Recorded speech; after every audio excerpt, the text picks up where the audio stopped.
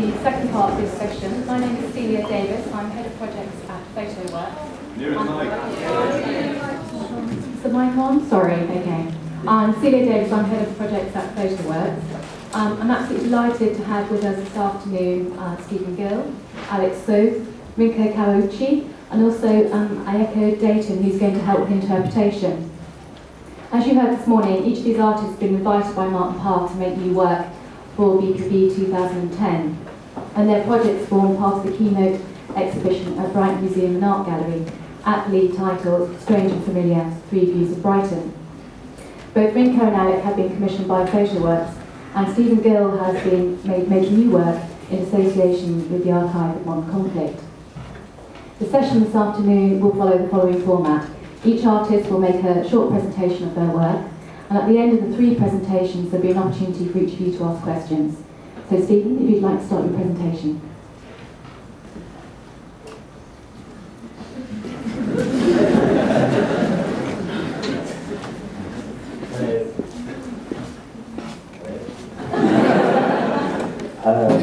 Here we go. Hello everyone, and oh, is this mic? Sorry, it's mic. Today I'll be making a quick presentation of extracts from the work I was commissioned to make for this festival. Maybe before the first picture comes on the screen. Sorry, I've lost the microphone.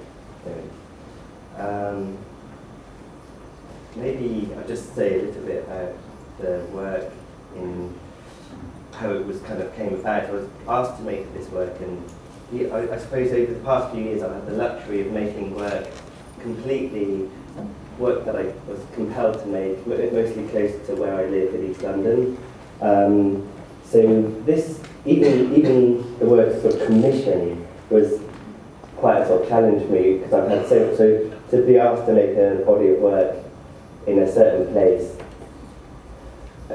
with geographical parameters for a certain time, and also in a place I didn't know very well at all. Brighton, I've been here a few times, so that's kind of how it all came about. And maybe I'll put some pictures on the screen. And I think what I decided to do, because I didn't know anyone here or didn't know Brighton very well, is try and kind of give space or sort of step back and allow the place to kind of inform me or guide the work. And I've tried this and attempted this even where I live in East London, rather than kind of making quite subjective or exploiting sort of photography's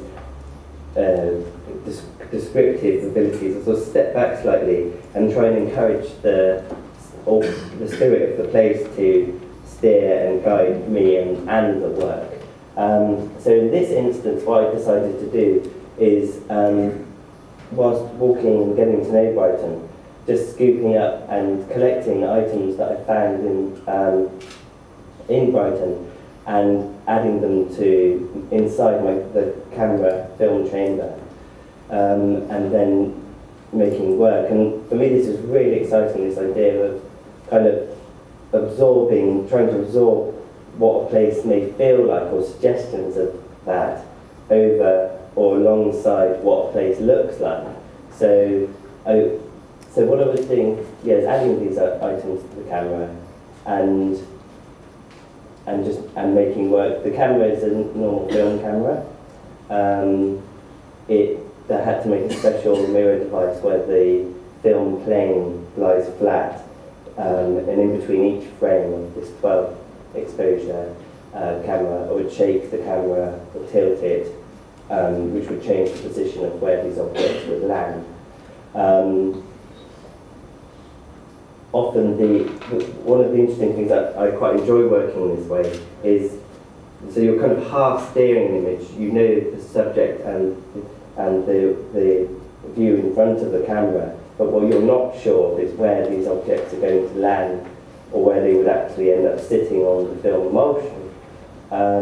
So this I do find very exciting. I think partly because photography is often so much about control, and you know exactly what you want an image to look or feel like, or what you're wanting to convey. But I think by adding something to a camera, you're not only introducing new shapes and elements and sort of maybe a tiny bit of essence of the place, you could also, you're sort of obscuring at the same time. So I quite like that. Not only were you introducing, but the kind of things are being, visual things being pulled beneath your feet as well. So yeah, I think there is a sort of element of you could kind of guide the images. You knew exactly what you were photographing, and you also were aware of what was inside the camera, but you had no idea what things would land. And I think for me, it's really exciting that the image content was or is from either side of the camera lens. I was also this idea of kind of extracting subject matter from a place rather than making photos. So it's like I always thought it was kind of trying to wringing out a towel and just really hoovering up or absorbing a place. In its case, even some of the sunlight that was falling onto Brighton. This is passed through a magnifying glass or burning and etching into film emulsion. I was also dipping eggs in the sea. That's flying cement stuff. So it's just there's so many possibilities, and also living creatures were occasionally introduced into the chamber. And I quite like the idea that aesthetically the pictures sort of pulling in different directions, these super sharp, with amazing clarity with whatever's coming into direct contact with the film, but also then you can dial the camera lens in or out of focus, so sort of aesthetically they can be pulling in different directions. And I think what I was trying to avoid definitely was just having these things just plonked on top of an image. It had to be intertwined and knitted together to make one image rather than stuff sitting on top of another image.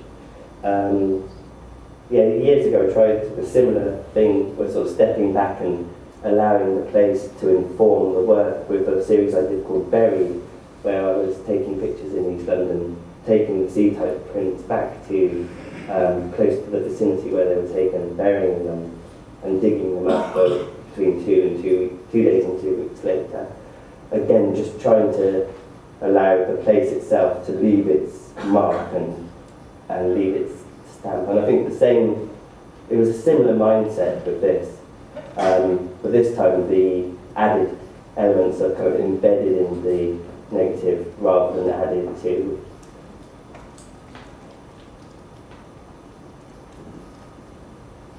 And also recently I've become quite interested in pictures kind of lacking information or not working with photography's strengths, almost turning the information down a bit. And I think, is it possible maybe by doing so that then with a lack of information and a lack of clarity and description, then maybe other things can creep through.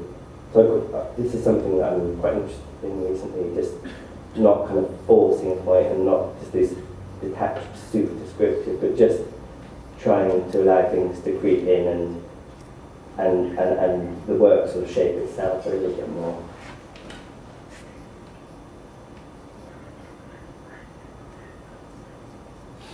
Occasionally I would ask members of the public, because there's both portraits and landscapes in this series, and occasionally I would ask members of the public to even add little bits or choose pieces to go inside the camera. What went in the camera varied from anything from sort of sand, grit, fish bones. I was even catching mackerel on the marina, eating the mackerel and adding the bones and tails to the camera. So it's just kind of, again, this idea of pulling or turning Brighton inside out and really extracting subject matter even from the sea.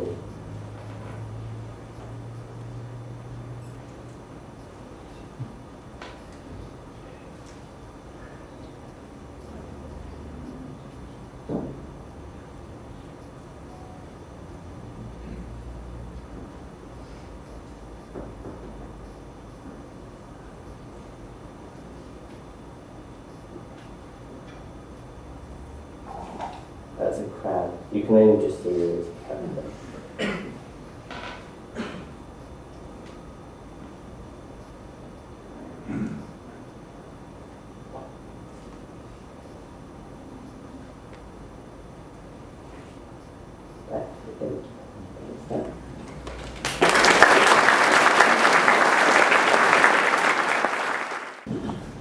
Just while we're waiting for them to sort out technicality, has anyone got a very quick question for Stephen?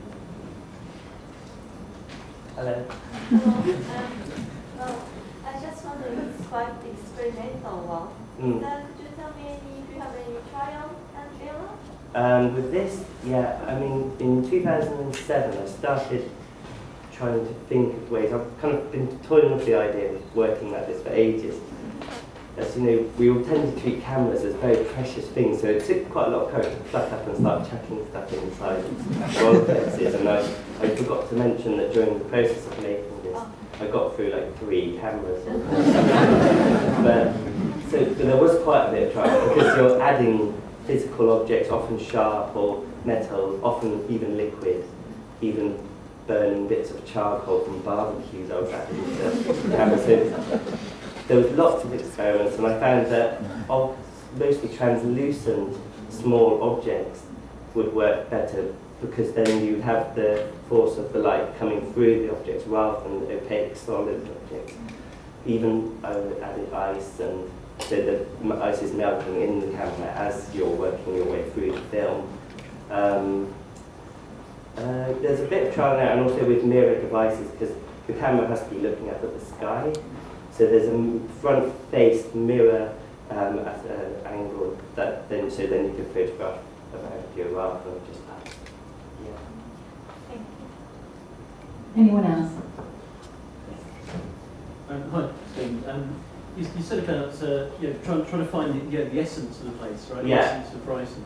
I mean, did you discover your version of what that essence is, and Well, how is it in the The pictures? thing is, because I don't live here, and I don't know, I think only people that really live here maybe can tell me if there's Brighton's oozing out of these pictures. I have no idea. For me, there's elements in it, and even the items added were, I felt they're kind of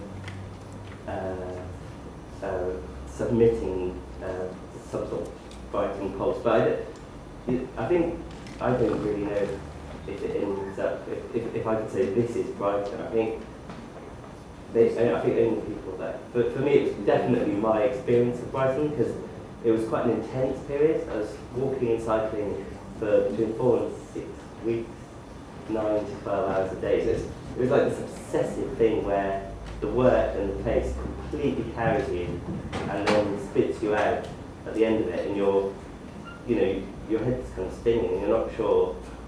Yes, for me it's a lovely way of working where the subject completely carries you and you try not to steer it too much and just being guided by the place and people and place really. Yeah. Sorry, I didn't ask you. Okay, Rinko.